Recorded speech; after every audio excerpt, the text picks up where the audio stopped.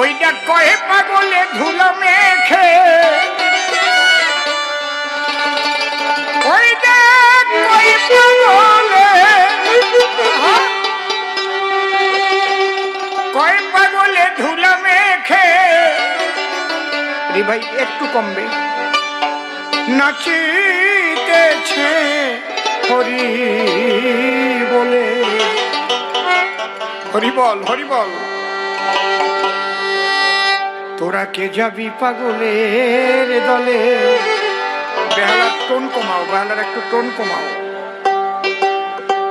তোরা কে যাবি পাগলের দলে, তোরা কে যাবি পাগলের দলে, তোরা কে যাবি পাগলের দলে।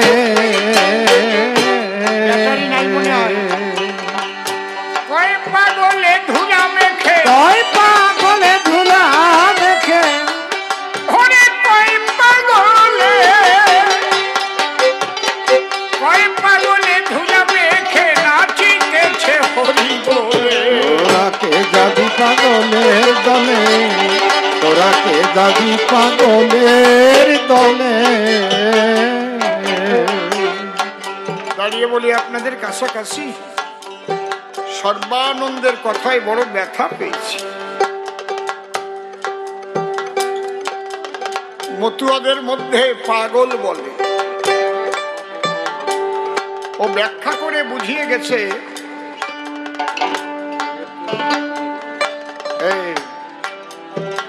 পাগল হয় কি হলে। মেডিকেল সায়েন্স নিয়ে ও গেছে কিছু উপদেশ দিয়ে। দেখো, তিনটে স্তর ভেদ করে গিয়ে ভক্তির জগৎ পাওয়া যায়। জ্ঞান, বিজ্ঞান, ব্রহ্মজ্ঞান। তিনটের পরে হচ্ছে ভক্তি প্রেমের বাণ। এই জগতে জ্ঞানী যারা,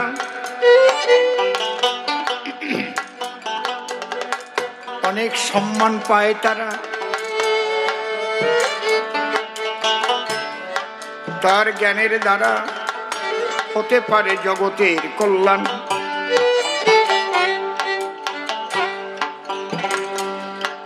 কিন্তু সেই জ্ঞান যদি আবার কুপথে খাটায়,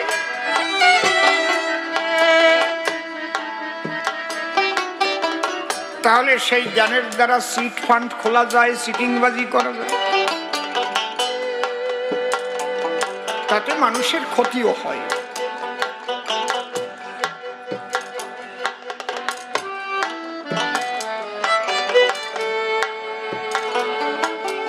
জ্ঞানের চাইতে বিজ্ঞান শ্রেষ্ঠ। বিজ্ঞান হচ্ছে বিশেষ জ্ঞানের সমন্বয়। বর্তমান আধুনিক বিজ্ঞানের যুগে মানুষ অনেক অজানাকে জেনেছে, অচেনাকে চিনেছে। এটা বিজ্ঞানের দ্বারাই হচ্ছে। আমি এখানে গান গাচ্ছি, সারা পৃথিবীর মানুষ লাইভে ওই গান শুনছে। তাহলে কোনো বৈজ্ঞানিক এটা সৃষ্টি করেছে, আমি তাকে শ্রদ্ধা জানাই। এর পরের স্তর হচ্ছে ব্রহ্মজ্ঞান।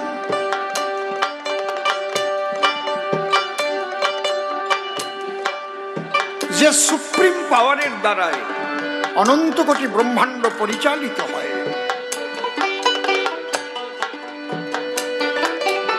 তাকে কেউ কৃষ্ণ বলে, কেউ রাম বলে, কেউ কালী বলে, কেউ শিব বলে, কেউ হরিচাঁদ বলে, কেউ আল্লাহ বলে, কেউ গড বলে। আমরা এই নামগুলো দিয়েছি জাগতিক জগতে সকলে। আমাদের দেওয়া নাম, প্রত্যেকটা নামই হচ্ছে অ্যাডজেক্টিভ, গুণবাচক। হর্যাতে মনোপ্রাণানি ইতি হরি, আকর্ষয়তি যশ কৃষ্ণ, সৃষ্টি স্থিতি প্রলয়ের কর্তা গড। জি, জিতে জেনেসি, ওতে অবজারভেশন, ডিতে ডিস্ট্রয়। সৃষ্টি স্থিতি প্রলয় হক আল্লাহ। লাদিনী শক্তি এবং সত্য সনাতন। হক মানে সত্য। এটা হীরামন পাগলের ওই সে কালাসান ফকিরের যে উপাখ্যান পড়িয়ে দেখেন, হীরামনের ব্যাখ্যাগুলো, তাহলে বুঝতে পারবেন।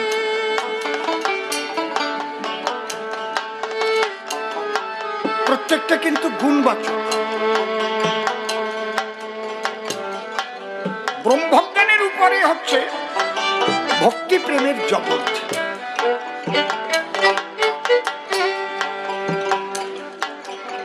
এই ভক্তি প্রেমের জগতের চরম পর্যায় হচ্ছে পাগল বলা হয়। পাগল হয়ে যায় তা না, মানুষ যার বাক্য ক্রিয়া মুদ্রা, যার বাক্য ক্রিয়া মুদ্রা বিজ্ঞা না বুঝায়, এ কারণে সর্বলোকে তারে পাগল কয়। সে যা বলছে তা বৈজ্ঞানিকরাও বুঝতে পারছে না, সে যা করছে বৈজ্ঞানিকরা ধরতে পারছে না। যার বাক্য ক্রিয়া বিজ্ঞান না বুঝায়, কেমন গাই মরি আছে,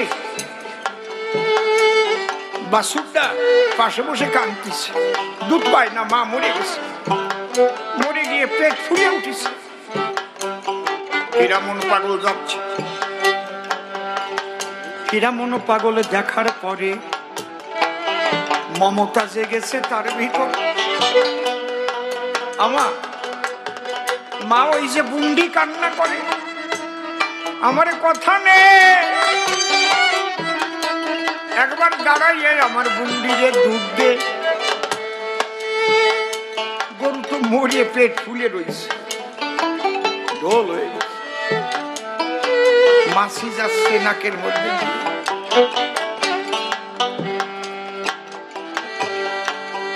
এই সর্বানন্দ শোনো, এই পাগলের কার সঙ্গে সেই সম্বন্ধ, খবরদার করি মানা, সব যুক্তি সব জায়গায় দিয়ে না, ও জিনিস ভালো না। হীরামন পাগল অনুরাগ ভরে, অনুরাগের ঘরে ওই গাইয়ের পেটে লাথি মেরে বলে, ওঠ বুন্ডিরে দুধ দে। সেই মরা গাই উঠিয়ে দাঁড়ালো আর তার বাছুরে দুধ দিল। তুমি যে পাগলের ব্যাখ্যা এই আসরে তোলো, আর এই পাগল আর ওই পাগল কি এক হলো? কি বলো?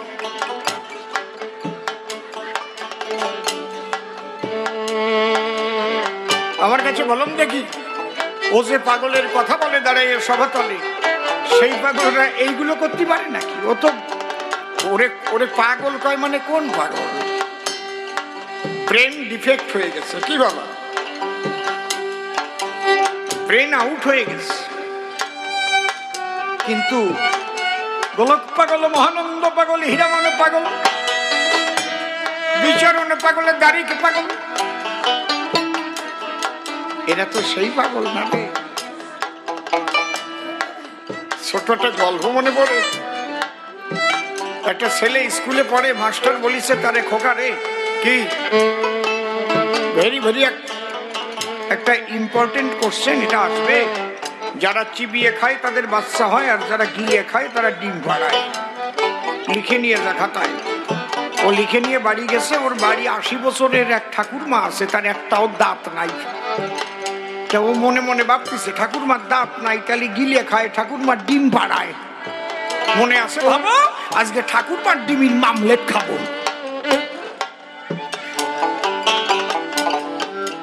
গিয়ে ঠাকুরমাকে ডেকে কয়, ঠাকুরমার ডিমের মামলেট দাও আমায়।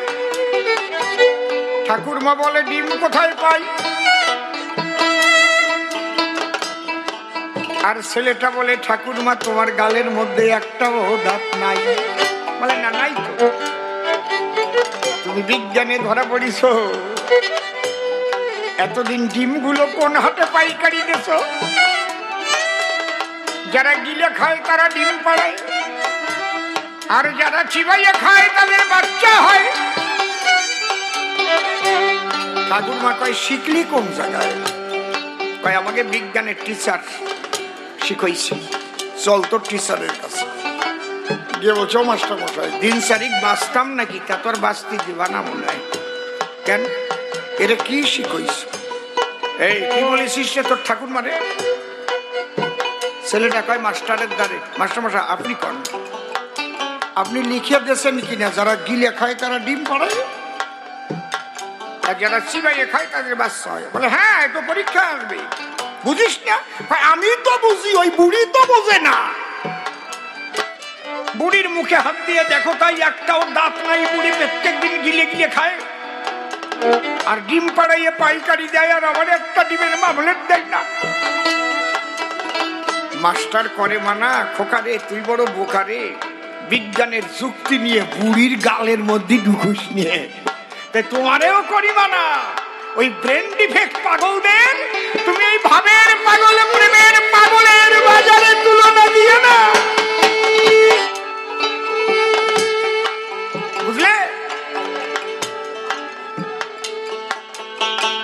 কয় পাগলে ধুলা মেখে, পাগলে ধুলা মেখে, কয় পাগলে ধুলা মেখে নাচিতেছে হরি বলে। যাবি পাগলের দলে, রাতে যাবি পাগলের দলে। বড় পাগল নাম হরিচাঁদ, ঘরে যে তাহার ঢাকা চুলে। বড় পাগল নাম হরিচাঁদ, ঘরে যে তাহার ঢাকা চুলে। হরি নামের ধ্বনি শুনে, হরি নামের ধ্বনি শুনে, ওরে হরি নামের ধ্বনি শুনে হরি কান্দে হরি বলে। কে যাবি পাগলের দলে, তোরা কে যাবি পাগলের দলে। আর এক পাগল শিগুরু চাঁদ, ওই পাগলের সঙ্গে চলে। ওই পাগলের সঙ্গে চলে, বলকে তারক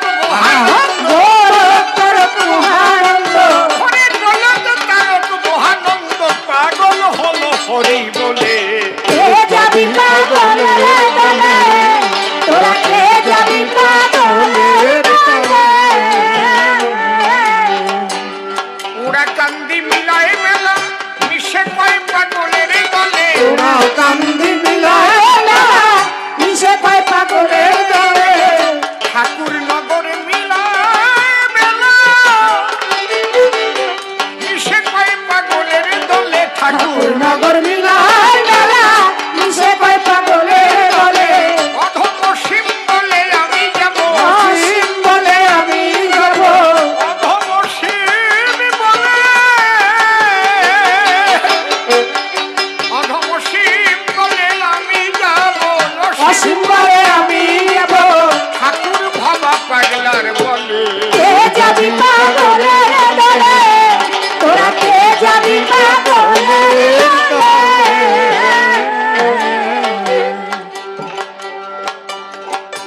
দ্বিতীয়বারের সভায় এসে প্রশ্ন করল দান, কেমন শক্তিধর তোমার হরিচাঁদ। কৃষ্ণ কুরুক্ষেত্রে যুদ্ধে গিয়ে বিশ্বরূপ দেখায়, 24.5 চন্দ্র আছে কৃষ্ণের গায়ে। খুব ভালো কথা, আমি তো কৃষ্ণ নিন্দা কখনোই করি না। কৃষ্ণ নিন্দা করিলে আমার হরি নিন্দা হয়। আমরা সবাই সনাতনী, দিলাম পরিচয়। কেন আমি কৃষ্ণ নিন্দা করব? তুমি ভালো প্রশ্ন করেছ। দেখো, বিশ্বরূপ দেখালেই সে ঈশ্বর, আর না দেখাতে পারলে সে ঈশ্বর না, এই চিন্তাধারা কোনো বুদ্ধিমানের না। অতি দীন বুদ্ধি সম্পন্ন মানুষের কথাবার্তা এটা। কেন? অবস্থার পরিপ্রেক্ষিতে অবতার এসে এ জগতে তার লীলা কার্য করে সম্পাদন। আমার কাছে বলো দেখি, রাম কোথাও বিশ্বরূপ দেখিয়েছিল কি? শ্রী গৌরাঙ্গ মহাপ্রভু তো বিশ্বরূপ করেনি দর্শন, হয়নি প্রয়োজন।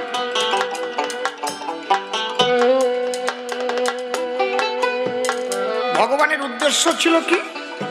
অধর্ম দুর্যোধনের বংশ নিধন করে ধর্মরাজ্য প্রতিষ্ঠা করবেন হস্তিনাপুরে। কারণ তিনি বলেছেন অর্জুনের ধারে, যদা যদা হি ধর্মস্য গ্লানির্ভবতি ভারত অভ্যুত্থানম ধর্মস্য তদাত্মানম স্মৃহ্যহম পরিত্রাণায় সাধুনাং বিনাশায় চ দুষ্কৃতাং ধর্ম সংস্থাপনায় সম্ভবামি যুগে যুগে। যে কারণে কৃষ্ণ পাণ্ডবদের দলে নিজে কৃষ্ণ রথের সারথি হইলে, সারথি হইয়া কৃষ্ণ অশ্ববলগা ধরে রথ নিয়ে হাজির হলেন কুরুক্ষেত্র সমরে। অর্জুন বলল, কৃষ্ণ রক্ষানা রাখো, দেখি কারা কারা বিপক্ষে আসছে, একটু দেখি। মাটিতে নেমে তাকিয়ে দেখে থেমে বলল, কৃষ্ণ আমি যুদ্ধ করব না। কেন? সামনের সমস্ত আত্মীয় স্বজন, এদের বধ করে চাই না রাজ্য সিংহাসন। মোহগ্রস্ত অর্জুনের মন, কে কারণে নারায়ণ অর্জুনকে তখন সুবুদ্ধি করে দান। এর মধ্যে অর্জুনকে বনমালী করেছে গালাগালি। কলব্যমাশ্মগমপার্থ নৈকাত্তযুপবদ্ধতে ক্ষুদ্রং যুদ্ধং দুর্বলং ত্যক্তোত্তিষ্ঠ পরন্তপ, কিলিপ বলেও গালি দিয়েছে। হে অর্জুন, অশ্বচানং শোচষ্টং প্রজ্ঞাবদংশ্চ ভাষসে গতাশূনো গতাশূনুশ্চ নানুশোচন্তি পণ্ডিতা। কি বলছো? ওরা আত্মীয় নয়, আততাই, অধর্মেরই দল। ধর্মরাজ্য প্রতিষ্ঠা করব ওদের দিয়ে রসাতল। মোহগ্রস্ত অর্জুনকে মোহশূন্য করার লক্ষ্যে শ্রীকৃষ্ণ যে কথাগুলো বলেছিলেন, সেই কথা সমন্বিত অবস্থায় গীতা 18টি অধ্যায় 18 যোগের কথা সেখানে রয়ে। এই গীতা সারা বিশ্বে সমাদৃতা।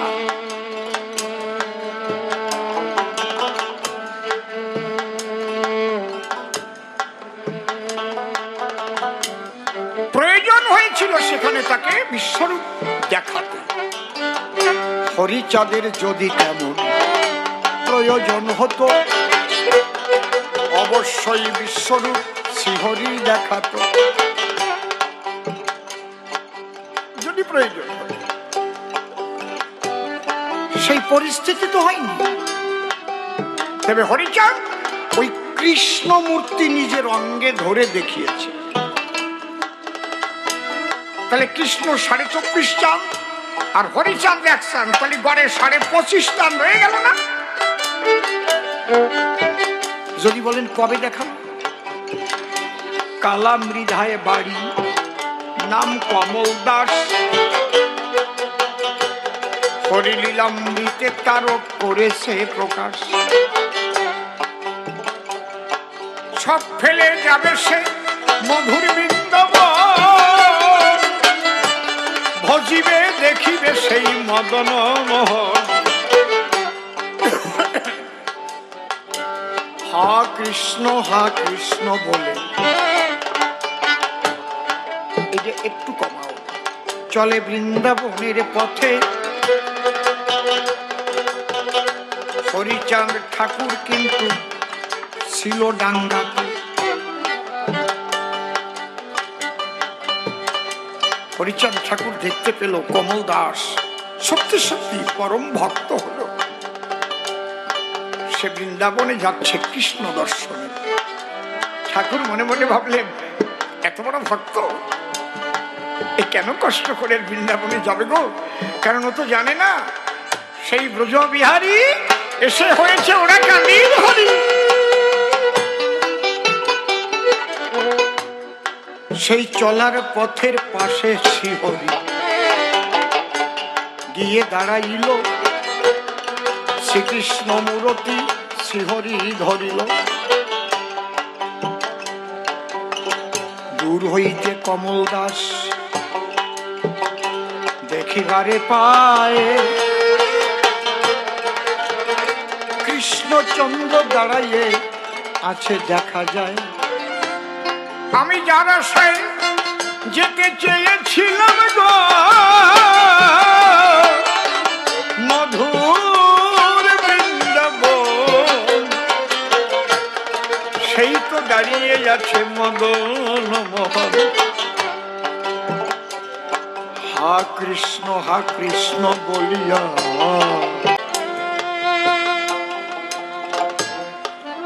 এই জন্য বিশ্বরূপ দেখালেই সে ভগবান হয়ে যাবে। বিশ্বরূপ দেখানোর পরিস্থিতি হলে দেখাতো। পাগল বিজয় সরকারকে ওপার বাংলায় ছোট ছোট এত সম্মান করতেন সবাই, কোন স্টিমারে পাগল বিজয় সরকারের ভাড়া নিত না। ফার্স্ট ক্লাসে ওনার জন্য বসার জায়গা থাকত। তা উনি ফার্স্ট ক্লাসে গিয়ে উঠেছেন। স্টিমারটার নাম শিউলি। তা ওনার পাশের সিটে এক ব্রাহ্মণ, এইসা মোটা পৈতা গলায়, আর আগে ওই নাইলনের এক প্রকারের খুব দামি গেঞ্জি পাওয়া যেত, ফুটো ফুটো ফুটো ফুটো ফুটো ফুটো হাতের মুঠের মধ্যে বরা যেত, বাড়ি দামি। কিন্তু ওরা একটু বড় লোক যারা তারা গায়ে দেয়, একটা আলাদা কায়দা আর কি, সোনার সেন্ট দেখা টাকা যেত। উনি ঠাকুর মশাই, জমিদার বংশের ঠাকুর মশাই, মোচো আছে তাগড়াই, আর এই সাইজের পৈতা বসে আছে। এখন সবাই যখন খবর পেয়েছে পাগল বিজয় সরকার স্টিমারে উপরে আছে, মানুষ চলে আসতেছে, হিন্দু মুসলমান এসে প্রণাম করতেছে। সরকার মশাই, আপনি আমাদের ভগবান। কিন্তু ওই বাউন রে কেউ প্রণাম দিচ্ছে না, উনি গেছে খেপিয়ে। আরো সেই টাইমের ব্যাপার, বুঝলেন না? উনি বলছে,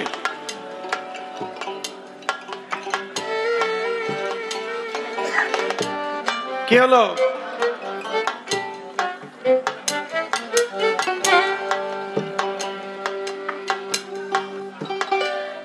ও চা খাওয়া নিয়ে? আচ্ছা, খাও খাও খাও।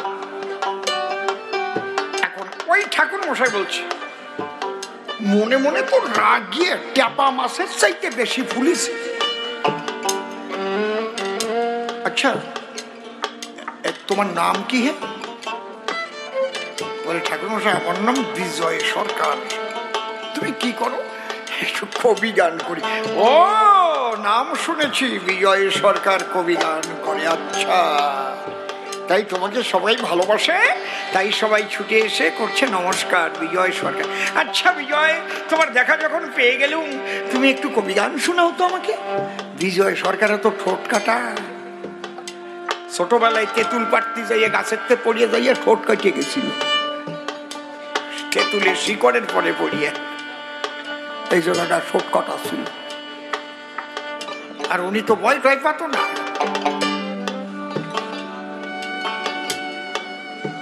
এই বগুলাতে আসতেন কিন্তু পাগল বিজয় সরকার, লাখপতির বাড়ি। কেডা কন্ত সেই সময় লাখপতি? 40 বছর 45 বছর আগের কথা করছি আমি। দেখি কেউ করতে পারে নাকি? লাখপতি বললি সবাই চিনত, কাপড়ের দোকান ছিল। বিজয় বিশ্বাস।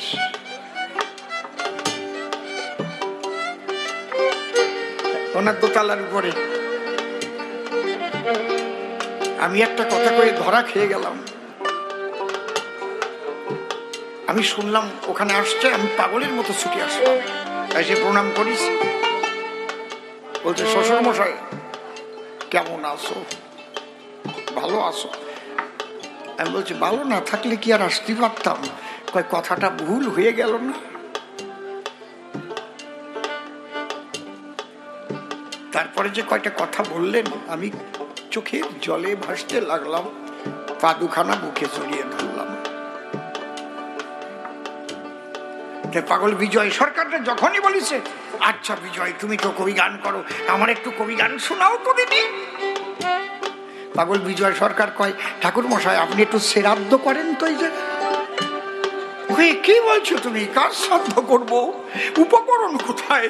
জাহাজের উপরে কি শ্রাদ্ধ হয়? বলে এটা যদি বলেন ঠাকুর মশাই, ওটা বলেন না, আমার শ্রোতা কোথায়, আমার আসর কোথায়, আমার ঢোল কোথায়? এই জাহাজের উপরে কবি গান হয়? ঠাকুর মশাই একেবারে ড্যাম ডিফিট।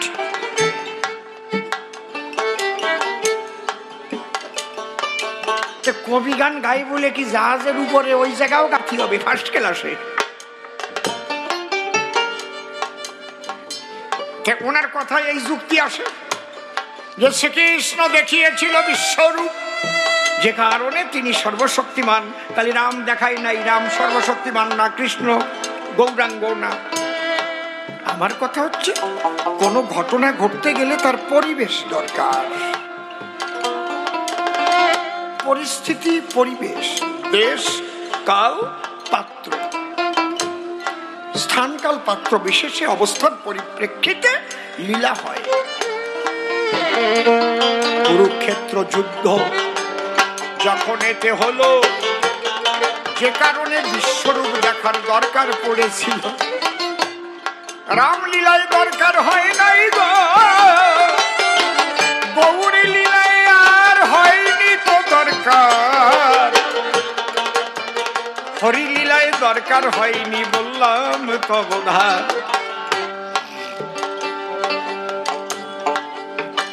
বলছে সব পরিবর্তন করেছে কেন? পোশাকের পরিবর্তন, মালার পরিবর্তন, নামের পরিবর্তন। গোড়ামি থেকে বেরিয়ে আসো, গোড়ামি থেকে বেরিয়ে আসো। আমি আলোচনা করে গেছি ছোট, কোনো কিছুর মূল্য নাই যদি তোমার মধ্যে বিশুদ্ধ প্রেম ভক্তি জাগ্রত না হয়। ওই মালা আরো সোনার দানা যদি থাকে মালার ভিতরে, না ও নিয়ে পরে ঝামেলা হবে। সোনার দানা দিয়ে অনেকে মালা বানায় না, সোনা। আর আজকে যা সোনার দাম, যদি 20 গ্রাম ঢাকিয়ে বসে, ওই মালা থুয়ে গেলি কেননা বড় বৌমা স্বপ্নে দেখলো, বাবা কইছে মালাটা তুমি নিও মা। কি ঝামেলা ভাবলে জানো? পোশাক পরিচ্ছদ, মালা, এগুলো তুমি কোন গুরু বা কোন সম্প্রদায়ের মধ্যে থেকে তুমি ধর্মপথ আচরণ করবার জন্য সেই পথ আশ্রয় নিয়ে করেছো, তাদের একটা চিহ্ন থাকতে পারে, তোমার কোনো চিহ্ন নাও থাকতে পারে। প্রত্যেকটা স্কুলের আলাদা আলাদা ইউনিফর্ম আছে না? সব স্কুলে কি একই পোশাক আছে কিনা? কিন্তু যখন বোর্ডের পরীক্ষা হয়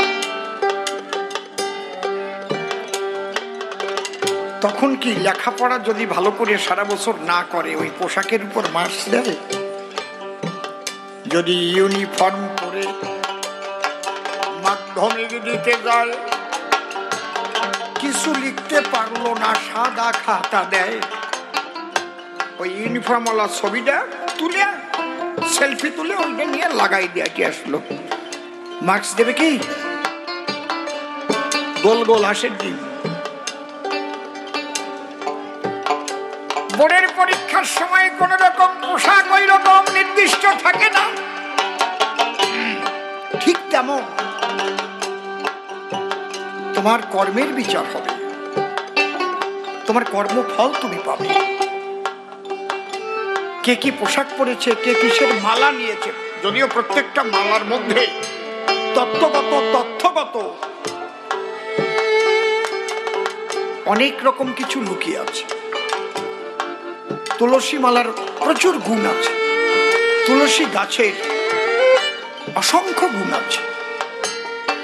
নারকেলের মালাটা যে মতুয়াদের দেওয়া হয়েছে, যাকে আচার মালা বলা হয়, মালাটা দে, ওই মালাটা দে।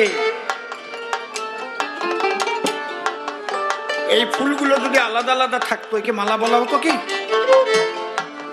একটা সুতোর সঙ্গে গেঁথেছে বলেই তো মালা। গলায় নিলাম, পুজোয় দিলাম। আচার, আচার কি? মালা।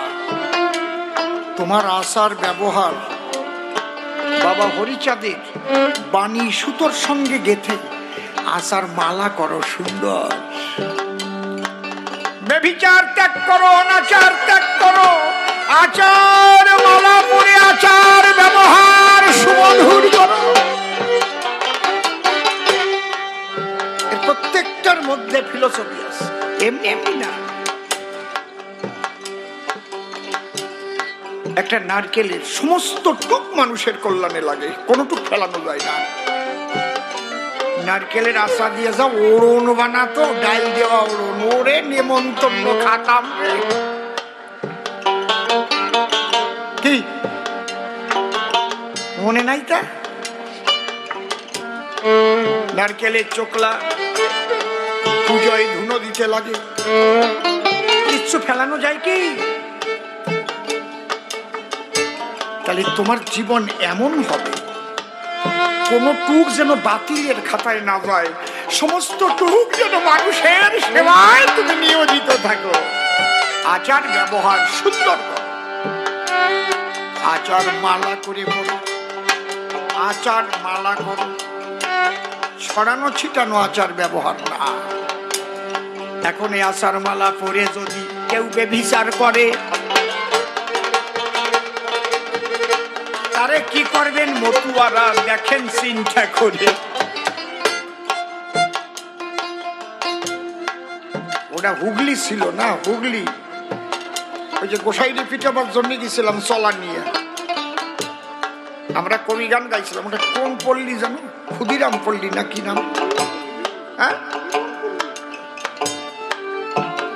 ওই জায়গার গোসাই। আষাঢ় মালা অনেকগুলো। রাত্রি আমার কাছে খবর এসে গেছে, গানের পরে আমরা কেবল বসেছি, খাইয়ে টেয়েছেন। কয়েকজন যুবক ছেলে খবর দিয়েছে গোসাই কিন্তু ওনার এক বাল্য বিধবার শিষ্যা নিয়ে এক মশারির তলে শুইছে। আমি বললাম শ্যামল চলা নেই, কয়খান ডাক দে কয়জন। উনুনিতে ওই জায়গাতে চলা নিলাম আর কি, ভাড়া ছিল চলা। চলা নিয়ে ওই ঘরের সামনে যেয়ে বললাম গোসাই দরজা খোলো। গোসাই কাঁপতিছে, আর সে পাও জড়াই ধরে বলল ক্ষমা করেন, কোনোদিন আর এরকম হবে না।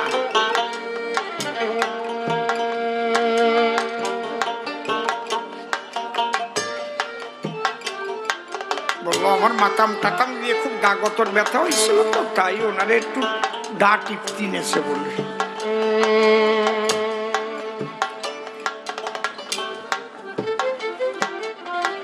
এই মতো গোসাই সাইজে শোনেন, শিল্পী হোক, শিল্পীরা অনেক কিছু করে। ওই সিনেমার জগতের থেকে আরম্ভ করে ওই ক্রিকেট খেলা বলেন, ফুটবল খেলা বলেন, গায়ক বাদক আলাদা জিনিস। কিন্তু তুমি শিল্পী আবার গুরু হবা, মতুয়া ধর্মের প্রচারক হবা, একেবারে বিশাল ব্যাপার। জয় বাবা গুরু চাঁদ, দীক্ষা দিবা। তারপরে সারা মতুয়া ধর্মটা বদনাম করবা।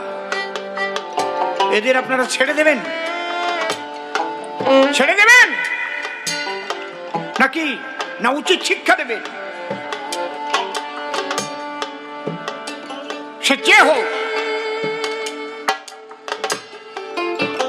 কথা বলতে পারি সর্বানন্দ, হরিচাঁদের দরবারে বেভিচারীর জায়গা নাই। কিন্তু আমি যদি বলি, ক্ষমা করবেন বৈষ্ণব সমাজ, বৈষ্ণব সমাজে বেভিচার শতসিদ্ধ আছে।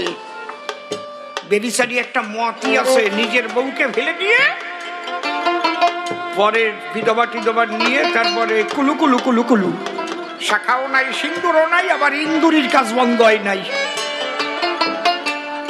এই যে হাসিয়ে পড়ে, আমার না এইসব বাজে কথা ভাল লাগে না, আমার লজ্জা করে। কেমন ছাত্র কে আছে না কি সেবাদাসী? কেন তোমার যদি মেয়ে মানুষ লাগে বিয়ে করি না, আর তুমি যদি সন্ন্যাসী হও, মহাপ্রভু করেছে মানা, কাঠের নারী পর্যন্ত তুমি দেখিতে পারিবে না। তাহলে তুমি কোন মতের?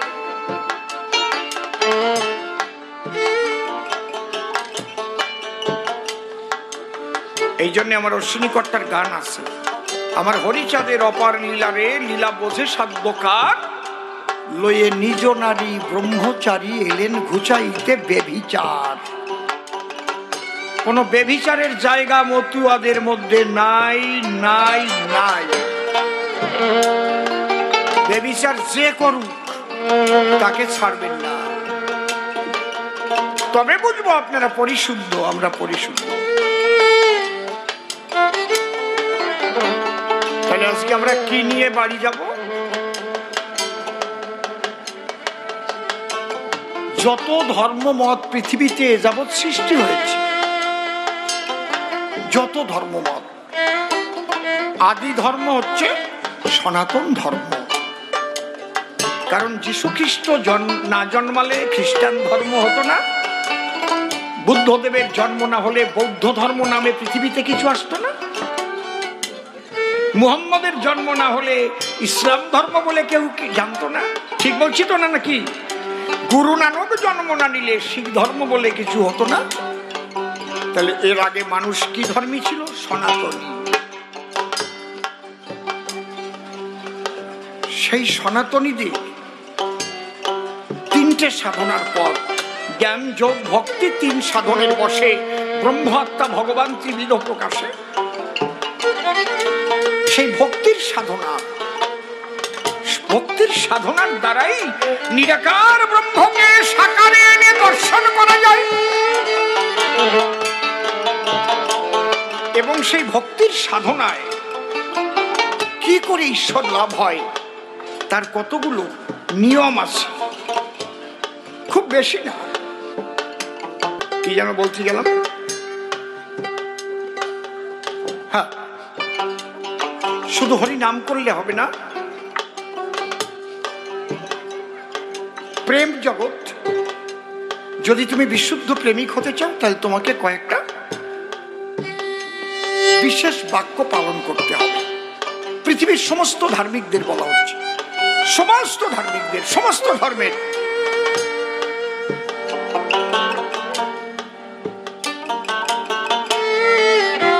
এত সহজ সরল কথা আজ পর্যন্ত কোন শাস্ত্রে গ্রন্থে বলেনি হরি ঠাকুর যেটা বললেন।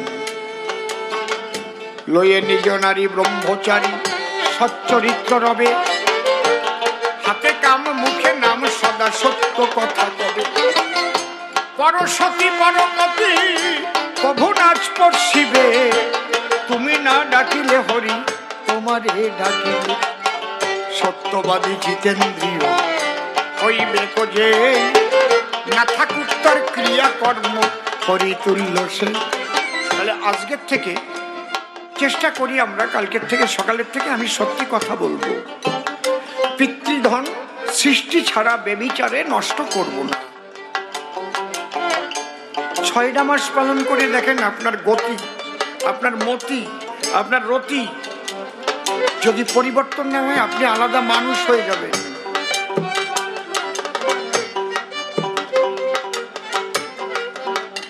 শুধু কানে মন্তর দিলে দীক্ষা হয় নাকি? আমি তো জোর গলায় বলি, ঠাকুরের এই বাণী যদি কেউ পালন করে চলতে পারে তার আর দীক্ষা নেওয়ার দরকার হবে না, সে সোনার মানুষ হবেই হবে, ওইটাই তার দীক্ষা।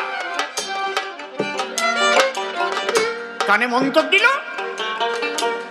কিছু চাঁদা আদায় করার, কর আদায় করার প্ল্যান হয়ে গেল না, কিন্তু মূল জিনিস যেটা সেটা হচ্ছে তার বাক্যকে পালন করে চলা। যে রাম সেই কৃষ্ণ সেই গৌর হরি, তিনি এসে হলেন আমার ওরা কান্দির হরি। আমরা ভেদ বুদ্ধি করব না, সবাই সনাতনী, একবার প্রেমানন্দে উলুধ্বনি করো হরি বল হরি বল হরি।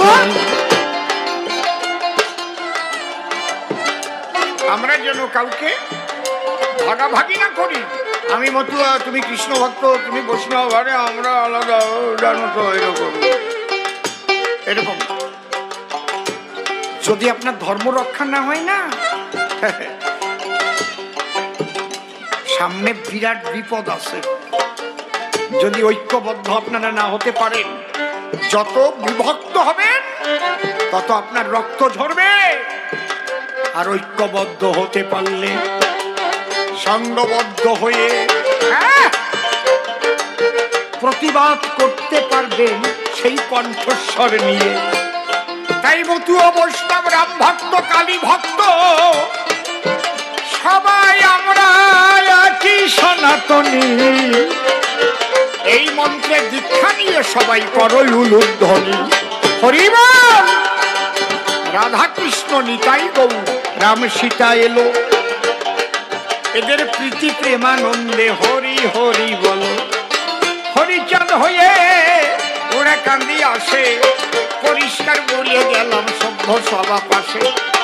দেখতে দেখতে রাত 10টা 10 বেজে যায়, এইবার মিলন গাইব দাঁড়ায় সভায়।